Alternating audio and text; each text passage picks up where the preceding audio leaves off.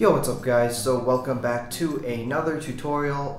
Today I'll be going over the scissor cut, which looks something like that. Overall it's a pretty simplistic move, but there are some nuances and details that help me. Hopefully they can help you.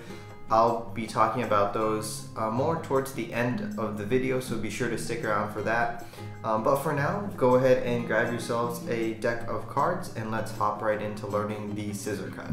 Actually, before I get into teaching the move, there's this whole debate in cardistry on whether or not having small hands is a valid excuse for not being able to learn a move. And I'm of the belief that it makes it harder, but it doesn't make it impossible. Because I have small hands, like I can barely classic palm a card. And compared to other people, like Chris Ramsey can lateral palm, but if I tried, like that's how much card is coming out the bottom. So I got small hands, and at first even just learning the Charlier cut was a struggle, but you know, because I couldn't keep my thumb on top.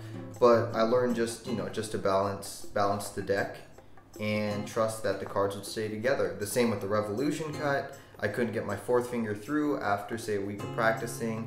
I finally got to come up the other side, and now my Revolution cut's perfectly fine.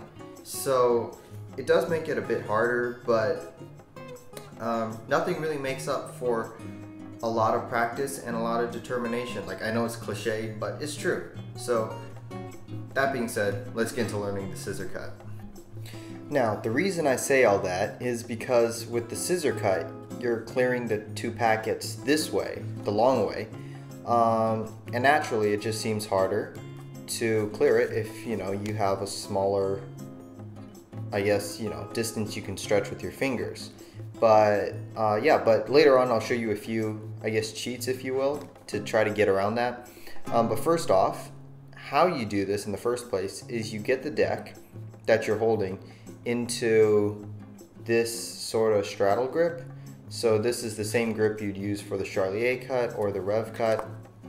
So get into the straddle grip, right? Now your thumb here, instead of breaking here, you're going to break the packet in the corner. Now I like to break it right about here, in this corner right here. Some people break it here, some people break it here. For me, it works perfectly fine just in the corner.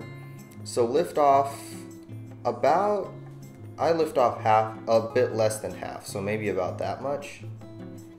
Alright, so reach back with your thumb right by your pinky and lift off a packet. Now you should be able to freely rotate it around your index finger, which is right there. So this is the sort of motion you should have. Right? So you grab it here, you rotate it. So you grab it here, you rotate it off your index finger, and you keep going, right? You keep moving your thumb away until you hit the point where you practically can't stretch anymore. For me, it's about right around the 90-degree point. Other people, if you have a larger span, you could probably actually go all the way and not hit that point. But for me, I hit it right about the 90-degree point. So from here, what I do is this is when I start pulling back. Because, alright, I'm gonna get nerdy for a second. But if you think about it, if you measure the distance, right, what you need is you need to be able to have one card's length from here to here, and one card's length between your index finger and your thumb, and you need the two to be stacked on top of each other.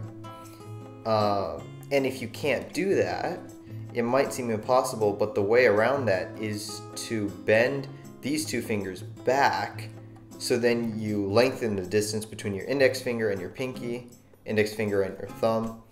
So in other words, it's it's sort of the way to pull this off if you can't pull it straight laterally. So again, you're right about here, right? Now start pulling back. So the motion with this packet is you're going from here, you have it just with these three fingers and your index, and you're pulling it back like that. So it's similar to the motion of a pass where, say you're here and you do a pass and you pull the cards like that underneath. right? So it's similar to the motion of a pass where you're grabbing it like this and you're using your pinky.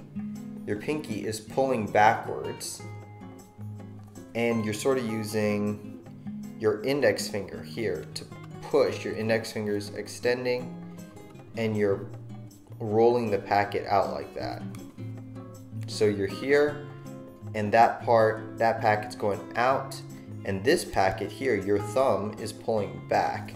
So your thumb, instead of just going out, your thumb's now going backwards. So you're pulling your thumb up like that. So your thumb goes that way, backwards. And this packet you kind of pull like that. Your index finger just stays between it all. And then you reverse the motion. So now you close this and it should go underneath now. Now you pull your thumb back in. You close it all the way back to your thumb is almost touching your pinky. Then you're back where you started, right? So all together it should look like that. Again, just like that. Now for some, I guess, some details that kind of help me. So first off, I break here. And this is, again, so this is about where I start the motion of pushing this packet out. So I'd say just practice this movement here. This should be, this should become natural so that when you get here, it's easy just to push that out, all right? And also practice bringing this thumb, instead of just here, bringing it back like that. So your thumb's actually going up, if you look at it that way. So those two happen at the same time. Now with your index finger, I kind of grip this packet because if I were to keep my index finger straight, these cards would slip off the edge because, just the angle of it all. So I actually curl my index finger in so I can grip this packet, right? So I'm practically gripping it like this so I can move it up and down, kind of like that. And this side is just balancing right about there on my index finger. So it's kind of weird, might be kind of uncomfortable at first, but that kind of weird balance. And then when bringing it back to make sure it clears, because at first the issue was I do this and it just hit the side and I wouldn't be able to close it back up the right way. It just kind of do that. So what I do is I bring it out to here.